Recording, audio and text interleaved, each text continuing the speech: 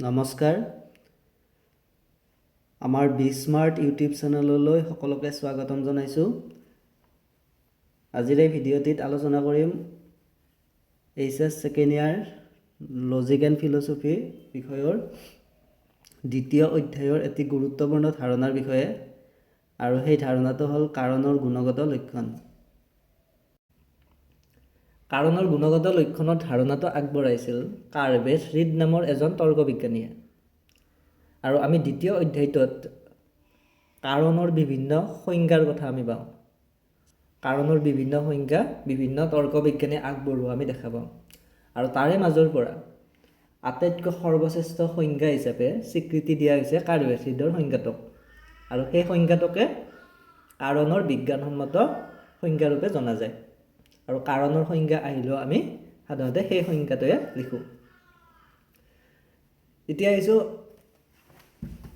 তেওঁ কাৰণৰ সংজ্ঞা কি ধৰণে দিছে, যে তেওঁ কাৰণৰ সংজ্ঞা দিবলৈ গৈ বা ব্যাখ্যা কৰিব গৈ তেওঁ দুই ধৰণৰ লক্ষণৰ কথা উল্লেখ কৰিছে। প্ৰথম লক্ষণটো হৈছে গুণগত লক্ষণ আৰু দ্বিতীয়টো হৈছে পৰিমাণগত লক্ষণ। এতিয়া মই আলোচনা কৰিম গুণগত লক্ষণসমূহৰ বিষয়ে। প্ৰথম গুণগত লক্ষণটোলৈ আহিছোঁ। এই লক্ষণটো হৈছে কাৰণ আৰু কাৰ্য পৰস্পৰ নিৰ্ভৰশীল। কাৰণ আৰু কাৰ্য হৈছে দুটা এনেকুৱা ঘটনা, এই ঘটনা দুটা কেনেকুৱা যে দুয়োটাই পৰস্পৰ সম্বন্ধিত, পৰস্পৰ সম্পৰ্কিত, এটাই আনটোৰ ওপৰত নিৰ্ভৰ কৰে। এটাক আনটোৰ সহায়তহে বুজিব পাৰি। এটাৰ অৰ্থ বুজিবলৈ আমি আনটোৰ সহায় ল'ব লাগিব।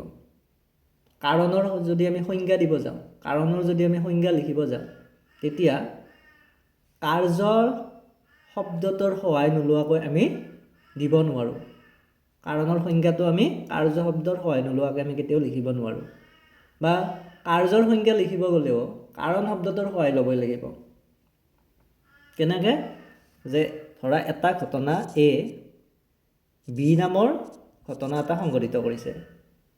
যে যেতিয়া এটা ঘটনা এ বি নামৰ ঘটনা এটা সংঘটিত কৰে, তেতিয়া আমি এক কাৰণ বুলি ক'ম আৰু বিক কাৰ্য বুলি ক'ম। চ' কাৰণ আৰু কাৰ্য ডেফিনেশ্যনটো আমি এনেকৈহে বুজিব পাৰোঁ। যদি আমি বিৰ সহায় নলওঁ, কাৰ্যটোৰ সহায় নলওঁ, তেতিয়াহ'লে অকলে অকলে কাৰণ শব্দটোৰ আমি অৰ্থ বুজি নাপাওঁ। বা যদি এৰ সহায় নলওঁ, তেতিয়াহ'লে অকলে অকলে আমি বি অৰ্থাৎ কাৰ্যটোৰ অৰ্থটো আমি বুজি নাপাওঁ। চ' আমি দুয়োৰো সহায় ল'ব লাগিব, দুয়োটা আমি উল্লেখ কৰিব লাগিব, তেতিয়াই আমি কাৰণ আৰু কাৰ্য কি বুজি পাম। ত' সেইকাৰণে কোৱা হয় যে দুয়োৰ ওপৰত নিৰ্ভৰশীল। কাৰণ শব্দটোৰ অৰ্থ বুজিবলৈও কাৰ্যৰ সহায় ল'ব লাগিব, বা কাৰ্য শব্দটোৰ অৰ্থ বুজিবলৈও কাৰণৰ সহায় ল'বই লাগিব। ত' সেইকাৰণে কোৱা হয় দুয়ো পৰস্পৰ নিৰ্ভৰশীল। দ্বিতীয় লক্ষণটোত আহিছোঁ। এই লক্ষণটো হ'ল কি, যে কাৰণ আৰু কাৰ্য দুয়োটাই বিশেষ বিশেষ সময়ত হোৱা ঘটনা। যে কাৰণ আৰু কাৰ্য দুয়োটাই বিশেষ বিশেষ মুহূৰ্তত হোৱা ঘটনা। কিয় কোৱা হয়? যে আমি জানো পৃথিৱীৰ সকলো বস্তু পৰিৱৰ্তনশীল।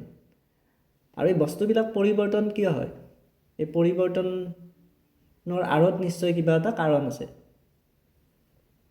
চ' পৰিৱৰ্তনৰ আগমুহূৰ্তৰ অৱস্থাটোক, মুহূৰ্তটোক, আগৰ সময়খিনিক আমি কাৰণ বুলি ক'ম, আৰু পিছৰটোক কি বুলি ক'ম? কাৰ্য বুলি ক'ম। চ' কাৰণ আৰু কাৰ্য এনেকৈ বিশেষ বিশেষ সময়ত হৈ থকা দুটা ঘটনাহে। চ' ইয়াৰে আগমুহূৰ্তত বস্তুটো যেনেকুৱা আছিল সেইটো কাৰণ, আৰু পিছ মুহূৰ্তত আমি যিটো অৱস্থা পাওঁ সেইটো হৈছে কি? কাৰ্য। চ' কাৰণ আৰু কাৰ্য এনেকৈ বিশেষ বিশেষ মুহূৰ্তত সংঘটিত হৈ থকাৰ কাৰণে আমি বস্তুবিলাকৰ মাজত পৰিৱৰ্তন আমি দেখোঁ। চ' এই পৰিৱৰ্তনক ব্যাখ্যা কৰিব পাৰি এই কাৰণ আৰু কাৰ্যৰ সহায়তহে। চ' কাৰণ আৰু কাৰ্য বিশেষ বিশেষ সময়ত সংঘটিত হোৱা ঘটনা। 3 নম্বৰ লক্ষণটো হৈছে কাৰণ কাৰ্যৰ পূৰ্ৱৱৰ্তী ঘটনা। অৰ্থাৎ কাৰণটো কাৰ্যৰ আগত থাকে। আমি যেতিয়া দুটা ঘটনাৰ কথা কওঁ, তেতিয়া সেই ঘটনাবিলাকৰ মাজত সাধাৰণতে আমি দুটা সম্পৰ্ক দেখোঁ, দুই ধৰণৰ সম্পৰ্ক দেখোঁ। প্ৰথম সম্পৰ্কটো হৈছে সহ অৱস্থানৰ সম্পৰ্ক, আৰু দ্বিতীয় সম্পৰ্কটো হৈছে অনুক্ৰমিতাৰ সম্পৰ্ক।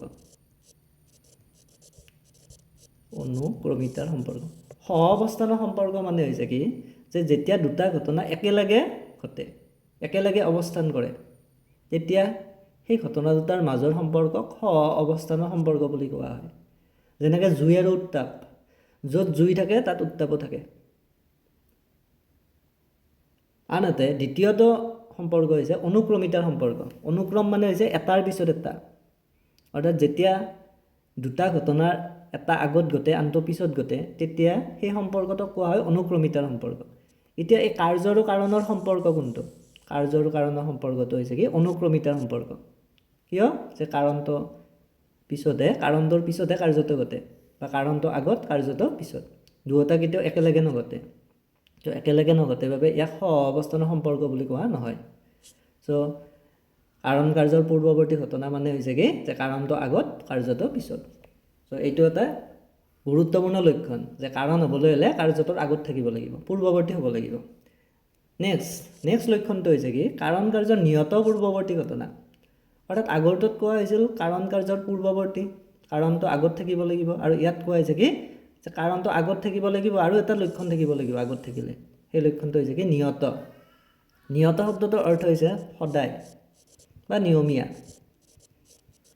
অৰ্থাৎ দুটা ঘটনা ধৰা এ আৰু বি এ নামৰ ঘটনাটো বিৰ কাৰণ হ'বলৈ হ'লে এ নামৰ ঘটনাটো সদায় বিৰ আগত উপস্থিত থাকিব লাগিব সদায় এৰ কাৰণে বি ঘটিব লাগিব এ নামৰ ঘটনাটোৰ বাবে বি সদায় যেতিয়া ঘটিব তেতিয়াহে এক আমি কাৰণ বুলি ক'ম আৰু বিক কাৰ্য বুলি ক'ম যদি বিৰ আগত এ কোনোবা দিন উপস্থিত থাকে কোনোবা দিনা উপস্থিত নাথাকে তেতিয়া এক কাৰণ বুলি নকম অৰ্থাৎ কোনোবা দিনা এ নামৰ ঘটনাটোৱে বিক ঘটাইছে কোনোবা দিনা ঘটোৱা নাই তেনেকুৱা ক্ষেত্ৰত আমি এক কাৰণ বুলি নকম সদায় এ যদি বিক ঘটায় তেতিয়া এক আমি কাৰণ বুলি ক'ম যদিহে সদায় উপস্থিত নাথাকা স্বত্তেও ধৰা এ নামৰ ঘটনাটো সদায় বিৰ আগত উপস্থিত নাই সদায় নাই তথাপি যদি আমি এক কাৰণ বুলি ক'ব যাওঁ তেতিয়া ইয়াত এটা আমাৰ দোষৰ সৃষ্টি হ'ব আৰু সেই দোষটোৰ নাম হৈছে কাকতালীয় দোষ কাকতালীয় দোষ কি কাকতালীয় নামটো দুটা শব্দৰ পৰা আহিছে এটা হৈছে কাকো কাউৰী আৰু আনটো হৈছে তালীয় বা তালগছ সো এই কাকতালীয় দোষটোক আমি এটা উদাহৰণৰ সহায়ত বুজিব পাৰোঁ যে তালগছ এজোপাত এজনী কাউৰী বহিল আৰু তাৰপিছতে তালগছজোপাৰ পৰা তালবোৰ মাটিত পৰা আমি দেখিলোঁ তো এই ক্ষেত্ৰত আমি দুটা ঘটনা দেখিছোঁ এটা হৈছে কাউৰী বহা কাউৰীজনী বহিছে আৰু তাৰপিছত দেখিছোঁ কি তাল সৰাটো গতিকে যিহেতু ইয়াত দুটা এটা আনটোৰ আগত আছে গতিকে আমি ক'ব লাগিব যে তাল সৰাৰ কাৰণ হৈছে কাউৰীজনী কিন্তু আমি এইটো জানো যে সদায় গছ এজোপাৰ পাত বা ফল কাউৰী বহিলেই নসৰে গছৰ পাত বা ফল সৰাৰ কাৰণ বেলেগহে গতিকে যিহেতু ইয়াত কাউৰীজনী বহাটো নিয়মীয়া ঘটনা নহয় সদায় কাউৰী বহিলেই তাল গছ নসৰে সেইবাবে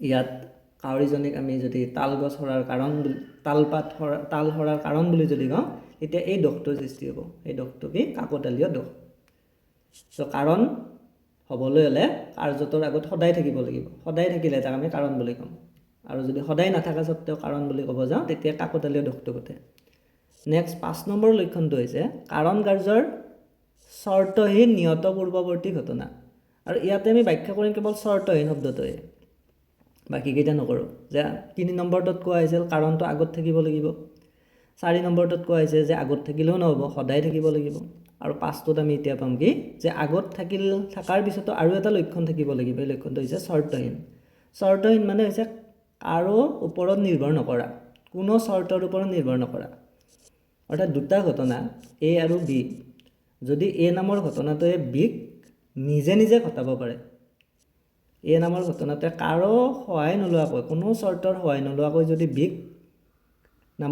বি নামৰ ঘটনাটো সৃষ্টি কৰিব পাৰে তেতিয়া আমি এক কাৰণ বুলি ক'ম আৰু বিক কাৰ্য বুলি ক'ম যদি এ নামৰ ঘটনাটোৱে বেলেগ কোনোবা ঘটনাৰ সহায় লৈ বিক সৃষ্টি কৰে তেতিয়া এক আমি কাৰণ বুলি নকম কিয় কাৰণ ই বেলেগৰ সহায় লৈ কাৰ্যটো সৃষ্টি কৰিছে বেলেগৰ ওপৰত নিৰ্ভৰ কৰিছে সো এটা ঘটনা কাৰণ হ'বলৈ হ'লে কোনো চৰ্তৰ ওপৰত নিৰ্ভৰশীল হ'ব নালাগিব নিজে কৰিব পাৰিব লাগিব নিজে অকলে ঘটাব পাৰিব লাগিব যদি এ বিক অকলে ঘটাব পাৰে তেতিয়া এক কাৰণ বুলি কোৱা হ'ব যদি বেলেগ কোনোবাৰ সহায় লৈ ঘটায় তেতিয়া এটা কাৰণ বুলি কোৱা নহয় অৰ্থাৎ কাৰণ হ'বলৈ হ'লে এই কাৰো ওপৰত নিৰ্ভৰ হ'ব নালাগিব সো সেইকাৰণে কোৱা হয় কাৰণ কাৰ্য চৰ্তহীন নিয়ত পূৰ্বৱৰ্তী ঘটনা আৰু শেষত কাৰণ কাৰ্যৰ অব্যৱহৃত চৰ্তহীন পূৰ্বৱৰ্তী ঘটনা। চ' ইয়াতে আমি আলোচনা কৰিম অব্যৱহৃত শব্দটোৰ অৰ্থ বা অব্যৱহৃত শব্দটোৰ জৰিয়তে।